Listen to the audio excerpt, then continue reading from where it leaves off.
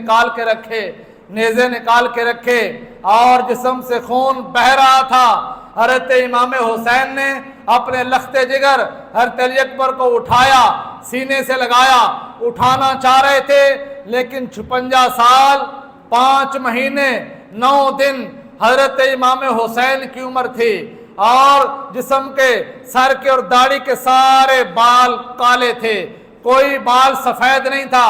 جو ہی علی اکبر کو اٹھایا، سینے سے لگایا، کہتے اٹھا رہے تھے، بار بار علی اکبر کے پاؤں ریت کے اوپر گھسٹ رہے تھے۔ حضرت امام حسین نے کندھے سے لگایا، حضرت امام حسین صبر کے ساتھ اٹھا کے میدان کربلا سے حضرت علی اکبر کو خیموں میں لا رہے تھے۔ مورخین نے لکھا ہے جو ہی اٹھا کے لانے لگے تھے جسم کے سارے بال کالے تھے۔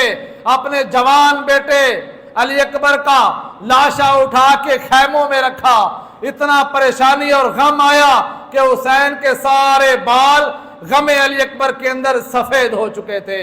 جو ہی اٹھا کے حضرت امام حسین خیمے کے اندر لائے، بس یہ آخری جوان تھا حضرت امام حسین کا جسے شہید کر دیا گیا۔ فجر کی اذان میدان کربلا کے اندر علی اکبر نے دی تھی اور یہ اہل بیت کی طرف سے آخری اذان تھی۔ حضرت امام حسین نے فجر کی نماز اہل بیت کو پڑھائی تھی، بس یہ آخری جماعت تھی جو حضرت امام حسین نے کروائی تھی۔ ظہر کی اذان سے پہلے پہلے، جمعہ کی نماز سے پہلے پہلے سارے رفقا شہید ہو چکے تھے، سب نے جام شہادت نوش کر لیا تھا۔ اگر دیکھو یار، آج کے اس دور کے اندر بھی کسی کا جوان بیٹا چلا جائے تو گھر والوں کو، خاندان والوں کو دکھ ہوتا ہے، دکھی سارا محلہ ہوتا ہے، پورا گاؤں دکھ کے اندر مبتلا ہو جاتا ہے۔ امام حسین نے سارا کچھ نانے کے دین پہ قربان کر دیا۔ اب کوئی حضرت امام حسین کے پاس نہیں بچا۔ جو ہی علی اکبر کو لے کے خیمے کے اندر آئے، خیمے کے اندر لٹا دیا۔ اب سارے دیکھنے لگے، علی اکبر سے پیار کرنے لگے۔ دوبارہ بھی چند لمحے گزرے تھے کہ پھر یزیدی فوج کی طرف سے ایک للکار آئی، کہا ابھی تو کوئی حسین کے خیموں میں نہیں سوائے امام حسین کے، اگر ہمت ہے، جرت ہے تو باہر آؤ۔ کہتے ہیں زین العابدین جن کی عمر 14 سال تھی، یہ بھی حضرت حسین کے بیمار بیٹے تھے، اتنا زیادہ بخار تھا، تقریباً اگر دیکھا جائے تو میدان کربلا اور مکہ کا فاصلہ 1730 کلومیٹر بنتا ہے اور 20 منزلوں کے اندر امام حسین نے طے کیا تھا۔ ہر 86 کلومیٹر کے بعد امام حسین اپنے خانوادے کو، قافلے کو روک دیتے، تھوڑی دیر آرام کیا جاتا، پھر یہ اہل بیت کا قافلہ روانہ ہو جاتا۔ یہ یوں نہیں کہ مکہ سے نکلے میدان کربلا میں پہنچ گئے، 1750 کلومیٹر کا سفر بنتا ہے جو حضرت امام حسین نے طے کیا تھا۔ امام زین العابدین بھی ساتھ تھے، سواریاں کم تھی، کھانے پینے کی اشیاء بہت کم تھی، صرف یہ نانے کے دین کے لیے، صرف آقا علیہ الصلوۃ والسلام کی شریعت کے لیے مدینہ اور مکہ کو چھوڑ کے میدان کربلا کا سفر کر کے میدان کربلا کے اندر پہنچے تھے، صرف آقا علیہ الصلوۃ والسلام کے دین کے لیے ہر چیز چھوڑ دی، ہر چیز قربان کر دی۔ آج کے اس دور کے اندر دیکھا جائے تو علی اکبر نے 18 سال کی جوانی نانے کے دین کے لیے قربان کر دی۔ کل قیامت کے دن آقا علیہ الصلوۃ والسلام کی اقتداء کے اندر حضرت امام حسن بھی ہوں گے، حضرت امام حسین بھی ہوں گے، عباس علمدار بھی ہوں گے، اونو محمد بھی ہوں گے اور حضرت قاسم بھی ہوں گے، حضرت علی اکبر بھی ہوں گے۔ جب یہ نوجوان مصطفیٰ کی امت کے سامنے آئیں گے، یہ نوجوان حضور کی امت کے جوانوں سے گلہ کر سکتے ہیں کہ ہم نے جوانی لٹا دی ساری نانے کے دین کے لیے، ہم نے اپنی جوانیاں قربان کر دیں، ہم نے اپنی جانیں قربان کر دیں نانے کے دین کے لیے۔